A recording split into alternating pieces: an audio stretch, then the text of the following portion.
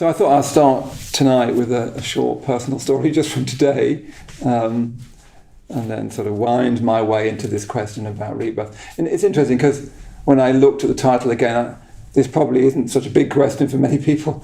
What happens when you die really captures this question as well, but we had to create 4 questions for 4 weeks. But, anyway, marketing, darling.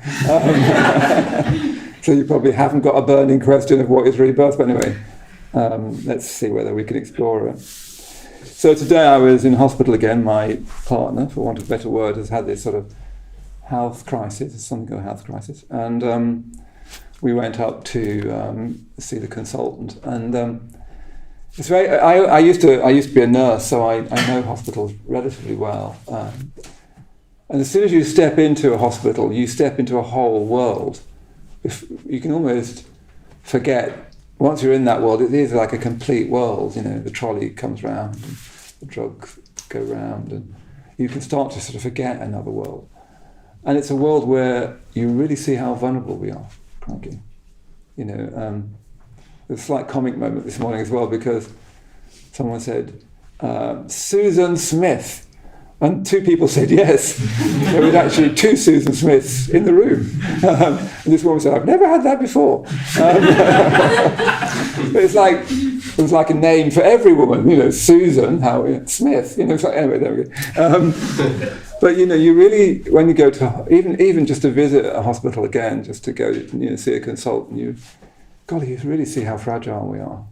You suddenly are in a world where this human being is a fragile, perilous matter, and you feel it, don't you? I don't know if you sort of feel it. That somebody was wheeled in a bed, and he's so fragile. And then I saw somebody go in, and he was really fragile. And then you see the nurses, how much work there is, and the poor beleaguered NHS where you sort of feel it being drained of funds almost every day you go. But I'm always struck by just how fragile we are, especially when you're going with someone, like your own partner who's in a lot of pain, and just how fragile we are. And as soon as I enter into that space, I sort of think, of course, what was I thinking about? I'd forgotten again how fragile this being human is. And there are all these clinics, and they're just full of people, all in some kind of fragile place. And for me, what that makes me do, and I hope it makes you do, is start to ask those questions again. The questions that, if we're not careful, we too easily put aside to get our emails done or get our latte, our mocha latte, with oat milk done exactly as we like, our jungle smoothie. So we all do it. We put the great questions away every day. All you need to do is go to a hospital, and they confront you, and they're as vivid and as sharp and as, in a way, frankly, grim as they ever have been. They confront you with the fragility of your life. Yeah. So for me, that's where the big questions come from. We're calling these 4 big questions, something like that, and that's where these big questions come from. For me, they're not coming from a philosophical place. I am a bit interested in philosophy, but I was saying last week, I read it at times with great delight, and then forget it completely. But say, yeah, it's great, and have nothing to say about it intelligently. Luckily, we've been talking in this last 6 months on the Nature of Mind project. We've been talking to philosophers and psychologists and psychiatrists and thinkers about the nature of mind. So that was my first reflection. Just remember that these questions come from our human fragility, which we forget. Yeah, we constantly forget. We forget our life can turn on a sixpence. We really, really do. I do, and you do. And let's try and remember before we have to remember. That in a way, that's what the Buddhist Center is here for. Is let's remember before we're forced to remember. Yeah, because we won't be equipped if we're just forced to remember. We need to remember now and start to act appropriately. Yeah. But the other thing that really struck me, we went to see this consultant. He was wonderful, absolutely wonderful. He was like a kind of engineer, but an engineer of bodies. And it really struck me about actually what compassion is. It's mainly something you do, it's not something you feel. He was just like, he had this integral knowledge. You can see that he'd been a consultant, he'd been meeting all of these people for many, many years. And he had this, we've already seen two doctors, including a joint specialist, and suddenly here we were with someone who knew things, but in an integral way. He'd learnt a lot, he'd seen a lot. Also, he presumably got things wrong a lot, because how do you learn without getting things wrong? He'd stuck it through, he'd made mistakes, I'm sure. I didn't ask him that. And I was hoping that this wasn't going to be... but, he was immediately listening and saying, okay, well, it might be that, but it could be this, because but he was like this engineer, except for instead of an engineer of machines, an engineer of the body. And in those states of extremis, that's what you want. You don't particularly need a bedside manner. You don't particularly need, in fact, you don't need touchy-feeliness. What you need is someone who will look at you, think about it, and has got lots of experience. And it's like gold dust. He didn't Google anything. He didn't think, pain, let's just... okay, where is it? What do you think it is? Which is what every doctor always says to you. I think they're told to. And well, I don't know, I've come to see a doctor. But yeah, I was really struck. And I suppose I was thinking about this evening, and what that made me reflect on is the value of knowledge itself. And from that, the value of reason, and science. When you've got pain, and when you meet someone who says, yes, you need an urgent MRI, let's do that now, yes, let's do it from that, and let's get you here again in 2 weeks. The MRI, when I was a nurse, there was no such thing, or I can't remember them. They're a miracle of science. And have helped a lot of incredible amount of suffering. So one of the things it reminded me of, and we need to keep on remembering this, is the value of reason and science. It's got its limitations, but you're not bothered about those limitations when you've got lots of pain and somebody knows how to respond to it and find out what it's caused by. A philosophical question about the value of science suddenly weirdly goes out of the window. So I was really struck again by the value of reason and the value of science. And it took me back again to something Ian McGilchrist said, that he said, and I think it's a really important comment, he said there are 4 paths to truth, and that is science, reason, imagination, and intuition. I was just on a retreat at the weekend, and I said I'd like to add the body to that, but because I think you should never get too far away from the body. I mean an embodied sense. But he probably would include that in imagination and intuition, because they're embodied things.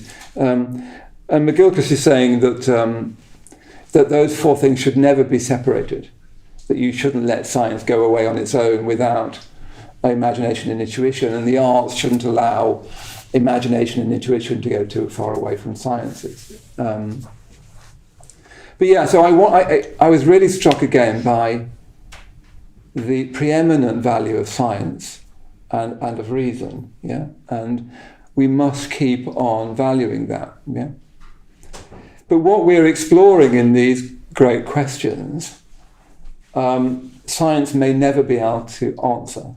In fact, Wittgenstein, who's terribly clever, he said, German-English philosopher, he said that when all the possible scientific and philosophical questions have been answered, the essential problems of life remain essentially untouched.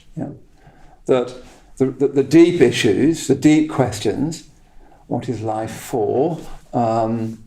What is consciousness? How am I alive? Does life have intrinsic meaning and purpose? All the deep questions remain essentially untouched. One of the things we're doing in the Nature of Mind is meeting more and more philosophers who are highly critical of materialism. We've already interviewed Bernardo Kastrup, and we're going to interview Philip Goff, who's a panpsychist, which is sort of having a bit of a comeback, panpsychism.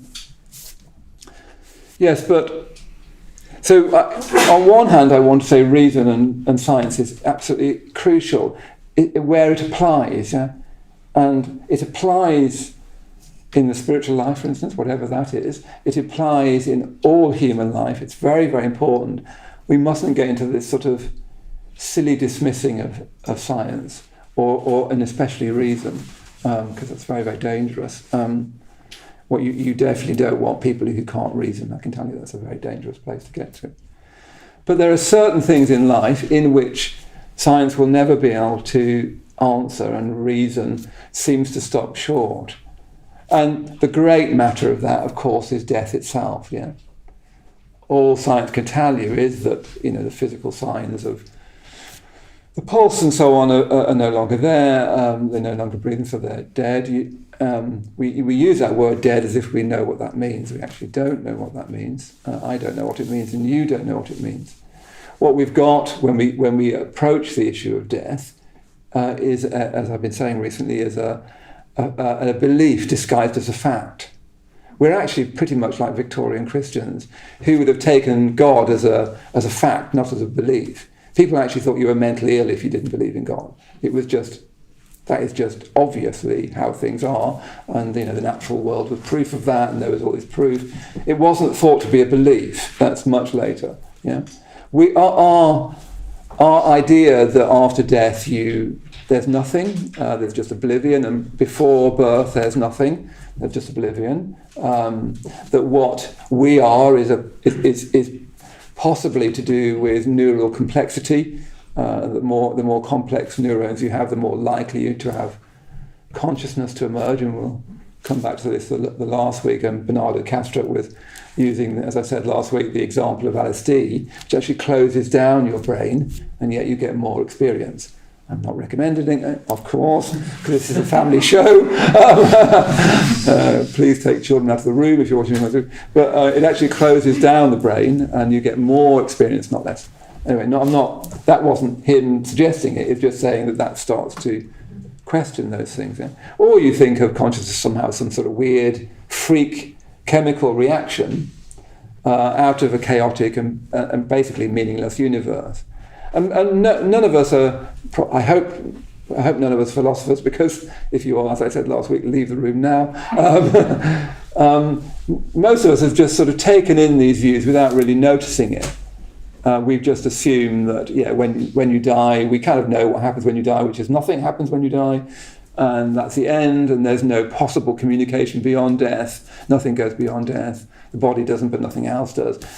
We haven't thought that out. You see what I mean? I haven't sat thought, I think that is the most likely thing. We've just kind of imbibed it from the culture that we're in. Yeah. So contrast that with this interview that Vajratara did with Carol Bowman. I particularly wanted us to be in conversation with people who've studied children who have past life memories. Yeah.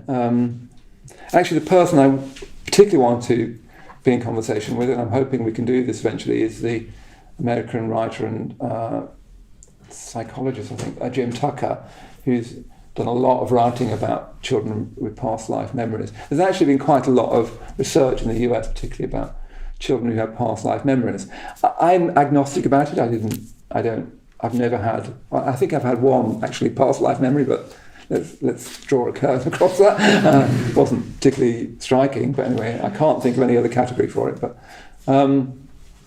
so we said to her, what got you interested in children in past life memories? And she said, well, it was my son, my 5-year-old son. So she said, he was 5. I just was seeing such a disaster son just in the street, and he's 5. You know what 5 is like, about that high. Big hair. Full of life, a little 5-year-old. And she'd taken him to a 4th of July, it's America, so she'd taken him to a 4th of July firework display, and he got completely hysterical at all the sounds. He just got terribly, terribly frightened. and like really kind of beside himself and hysterical. And she didn't make much of it. She, you know, like any parent, you think he's probably had too much sugar. When you have children, you can really see what sugar does to the human organism. They go nuts. And, you know, she overtired, had too much sugar. And then a few weeks later, she took him swimming in this indoor swimming pool, and people were jumping off the board.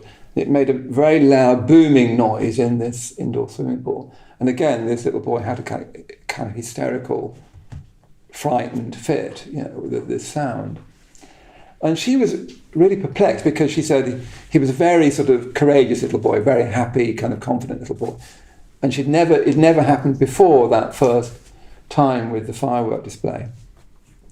And she said it all happened by happenstance. She was at a party and she had her son on her lap. And she was talking to somebody at this party, and this guy said, "Oh, I'm a hypnotherapist." And he said, "Oh, yes." And she then got into telling him what had happened with the little boy. He said, "Oh, you know, he was kicking." And the hypnotherapist, it's a remarkable little story. The hypnotherapist just said to the little boy, he said, "Well, just close your eyes. When you remember those loud noises, what do you see?" So, you know, just a very, very simple question. It wasn't like hypnotherapy. He just said, you know, when you think of those loud noises, what do you see? And the little boy said, and remember, this is a 5-year-old, he said, "I'm hiding behind a rock, and I've got this long gun, and it's got a knife on the end, and they're shooting at me." Yeah. And the hypnotherapist just said to him, "Okay, so what do you see next?" And he said, "They've shot me in the wrist." And they've shot me in the wrist, and it's very, very painful. And this is a 5-year-old. You try having a sort of sequential conversation like this with a 5-year-old. And then he said, "Okay, so what else do you see? What's the next thing you see?" And he said, I'm lying on a bed, except for it's not a bed, it's more like a bench. And they're bandaging up my wrist. And they're saying that I've got to go back in. Yeah, I've got to go back in. And I really don't want to go back in. I really don't want to go back into this. I don't want to be killed, and I don't want to kill anybody. I really don't want to get back in. And he was getting very upset by them. And this guy said, "Okay, well, what do you see next?" And he said, "I'm now walking back into the battle behind a cannon. And I'm really frightened. I really don't want to go back in. I really don't want to kill people. I don't want to be killed." And this guy, it was a very striking thing he said. He just said, "Okay, so we all live millions of times, and sometimes we have to kill people, and sometimes we're killed." And Carol made a very interesting point. She said, "You know, here I am with a 5-year-old. I didn't think he'd make anything of that." And as soon as she said, you know, he was on her lap, getting sort of more and more upset. And then, as soon as he said that, she said he just completely relaxed, and then jumped off her lap and just went off and played. You know how children like, "Okay, I've done that." But, you know, there's a whole world out there for him to say. I'm going to go on about it, you know. So it just went off and played. And one of the, you know, there's many striking things from that. And then one of the interesting things, he's got an older sister, and his older sister said, "Isn't that interesting that he was shot in his wrist?" Because he'd had this patch of eczema in his wrist since he was born that they couldn't get rid of, and they tried all sorts of things to get rid of it. And it healed, like in the next few days, it healed, it never came back. And they're saying, "Isn't that strange?" That's where he said in this thing he was shot. And Padre Toro, you know, a friend of mine, said, "Oh, what happened next?" And he said the first thing he went and did, he went and bought a drum, sort of boy, and really liked making loud noises, and he's now a drummer. Yeah, he's now a drummer. Wow.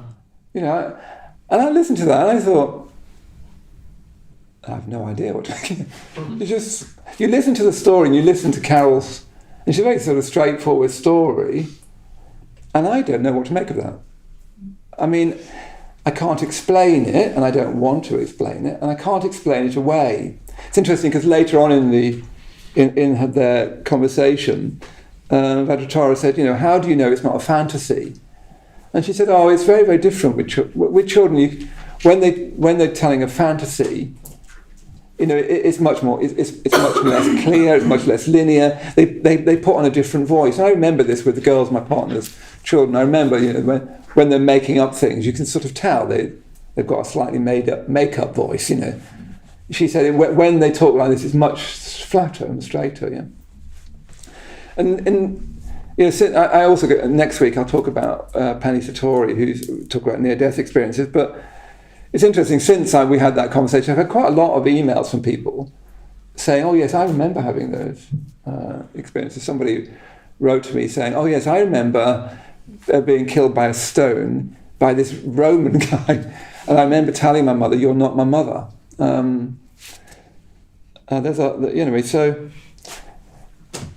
I don't know what to make of it. What's striking? What Carol Bowman makes of it? She's very convinced. She thinks basically that there is such a thing as reincarnation, that you are reincarnated millions of times.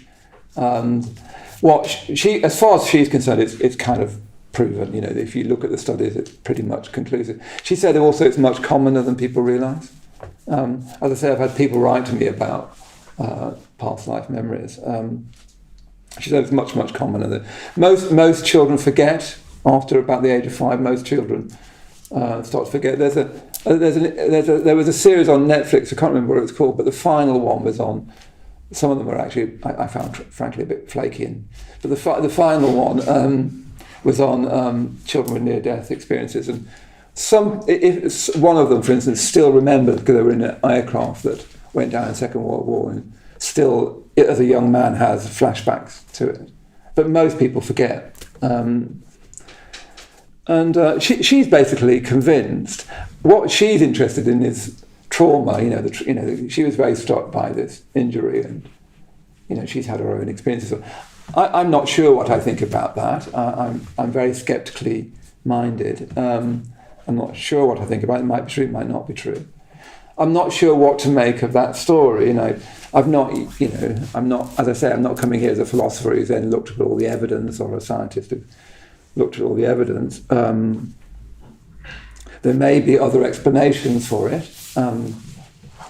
From a Buddhist point of view, it is both very, very suggestive and rather tricky.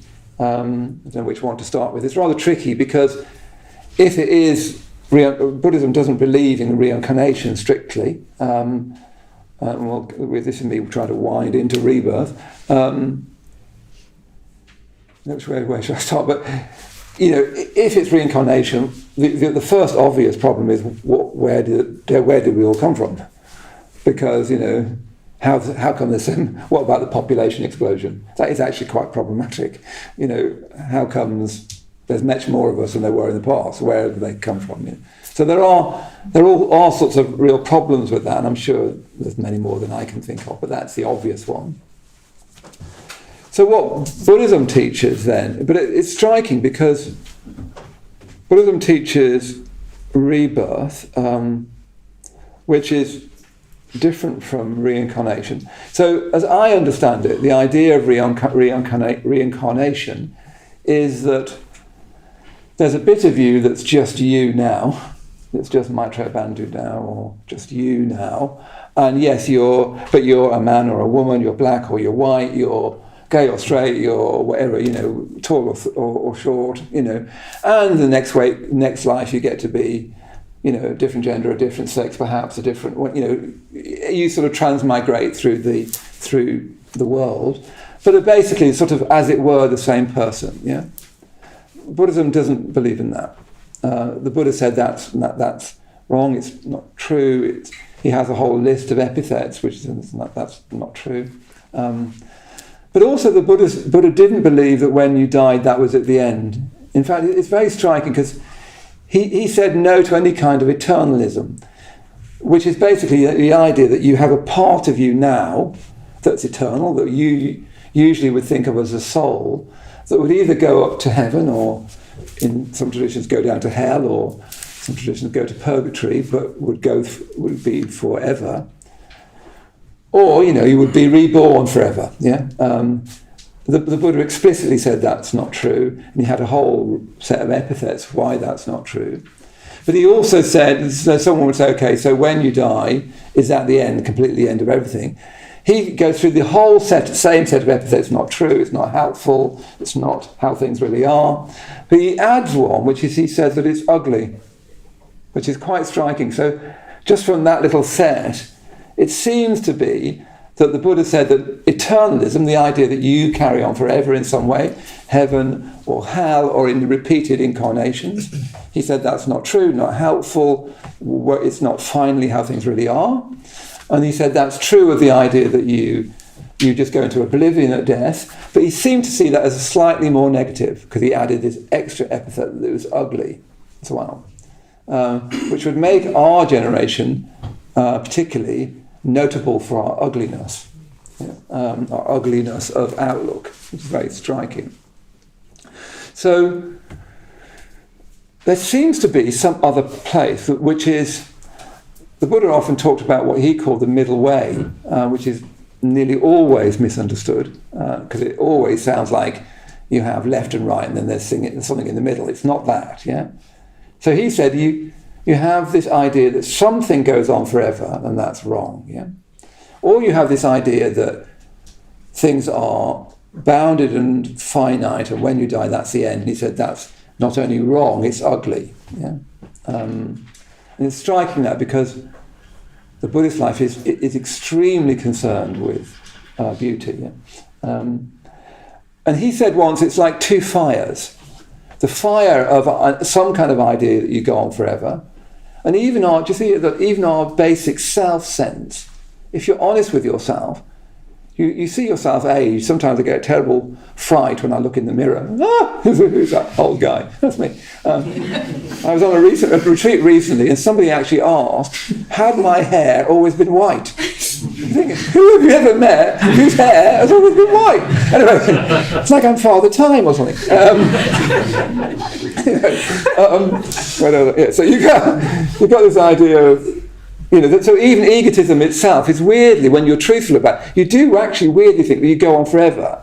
The Buddha's saying, no, that's not true. It's not true in any way now, and it's not true as you go on forever and become Mrs. Jones and Mr. Whatever. You don't do that. That's not true either. But then he's saying the other fire is that you think when you die, that's at the end. He said that's like another fire, and that's not true either. And he said we're blinded by those two fires. It's like looking into two bright lights, and you're sort of blinded by them. You can, to the point which you cannot imagine another alternative. Yeah, do you see what I mean? That you can't think there could be anything. It's so bright, these two fires, that you can't imagine another alternative. And he said, my middle way is like a star above them. Yeah, if only you could look up. There is a middle and a higher way. There's some higher resolution. It's interesting, it's also a light, but a star. Some higher resolution at a higher level. That it's not this blinding light of either I'm going to die, which is probably, for most of us now, that's the light we're really looking at. They're like headlights of a car. That's the light we're looking at. And our life is stripped of its beauty and meaning and value if we look at that light. Yeah? Because before you know it, you get to what's the point? And before you know it, you get to this nightmare of my actions don't matter, which is increasingly becoming a kind of pseudo-philosophical view, which is massively dangerous. Yeah? Arising out of this terribly bright light of that when you die, that's the end, nothing. Yeah. So all you need to do is just have a great time while you're here, because it's not going to last very long. So it doesn't really matter how you treat people. If you believe that, try it out and just see what happens if you think it doesn't matter how you treat people. So the Buddha said there's another way. Yeah. There's a star above and beyond that, and it's called his middle way. And he also and then he teaches this doctrine of rebirth, which we're finally getting on to. When did we get onto the subject? And I've been delaying it so long because I actually don't know. I don't. Basically, these whole seminars, I go on about stuff and everyone goes, "Ooh, wow," and then I go, "I don't know." But then I say, "You don't know either." So we're on a completely even footing here. So the Buddha said that he said all sorts of things about what rebirth was. He says you can't really understand it. But the important thing to remember is it's not one of those two fires, that blind us, So one of the things that's said is, he says there is continuance, but no thing continues, There is continuance, but no thing continues. So, sometimes it's imagined like lives are like a wave coming into the ocean, and it looks like it moves, but we know it's oscillating particles. We know there isn't a wave that starts over. It looks so much like a wave starts over and comes in and crashes on the floor. Actually, apparently, not like that. It's oscillating particles. Another a traditional metaphor for rebirth is that you've got two, very simple, apparently simple metaphor, is you've got these two piles of logs, and one is on fire again, and just before it goes out, a spark from that fire leaps across and lights another fire. So, do you see what I mean? There is continuance, but no thing continues. So it's not the same pile of logs. So it's not me. It's not like a me log, which is saved, and it's a spark. But the metaphors say so much, and one of the things you're trying to do in Buddhist practice is understand the nature of metaphor, because that gets you closer to the nature of reality. The metaphor is that a spark jumps across. So is that personal or impersonal? So you go back to Carol Bowman's son, it's clearly personal. There's problems if you push that too far, I think. I can't be as certain as she is. I'm very open, more and more open to the idea of rebirth, but I can't be certain. That also means, frankly, folks, you can't say it's not true. In fact, there's very little you can say is not true. So a spark jumps across. So is that me or not? So it seems to suggest the metaphor. There is continuance, but no thing continues. So there isn't a bit of you now that is just you, which is thing-like, which puts on another body like a suit of clothes and becomes a next person. And yet, it's not. The other thing that people think about rebirth is that it's like, sort of you just go into, you're like a lump of porridge that bubbles up and then you bobble back down into the porridge. Not very nice. It's not traditional metaphor. But self arises and just goes back into this sort of impersonal slime, or porridge. That I think is too impersonal. It's a bit like, how some people think you continue in your children and your children's children. It's a bit like saying that there is continuance, but some people say continuance in your genes, continuance in your children, and continuance in people who've loved you.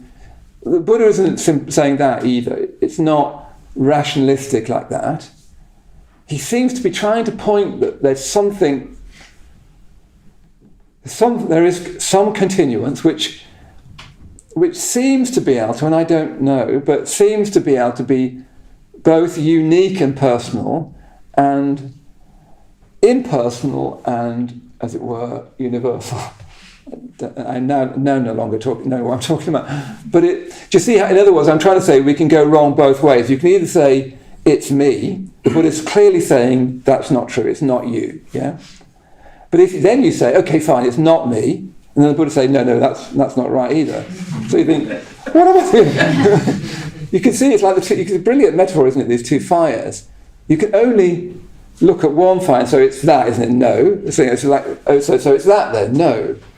The Buddha's saying, look, there's something else. Now, the only way you can start to experience that something else is to work with your mind. I cannot be certain, and I won't be certain, because I don't believe that certainty is a possibility in this life. I don't think that certainty is a reality. I think as soon as people talk about certainty, they've gone into fiction. Human life, for heaven's sake, of all the things it doesn't do is it doesn't offer you certainty, and Buddhism doesn't offer you certainty. What Buddhism offers you is a path, primarily a path of growth, so that you can come to understand things for yourself. But that understanding is not primarily a cognitive one, although it includes that. It's a direct vision of the truth. Yeah, what Buddhism is offering you is a path of human evolution where your mind, remember we don't know what that is, your consciousness, remember we don't know what that is becomes to such a point where it can apprehend the nature of reality itself, like at a glance. Yeah, and the Buddha, the figure on the shrine, has become reality. As soon as you see reality, you become reality. Interestingly, in the enlightened experience, what the Buddha does is talks about all his previous lives, which feels very like Carol Bowman talking about her son. Yeah, he says, and then I was born in such and such a place, and I ate these. It's all a bit formulaic because it's 2,500 years old and has gone through lots of editors of some kind. But I was born in such and such a place. I ate this sort of food, and then I died in this sort of place. Yeah, very like Carol Bowman's son. Yeah, very like all these stories about children, but it's much more. It must be more mysterious than that. Or I don't know. I'm now getting to the end of it. Luckily, we've nearly got to the end. We're going to be exploring this much more on this retreat because there's a lot more to say because we haven't touched on this question of karma.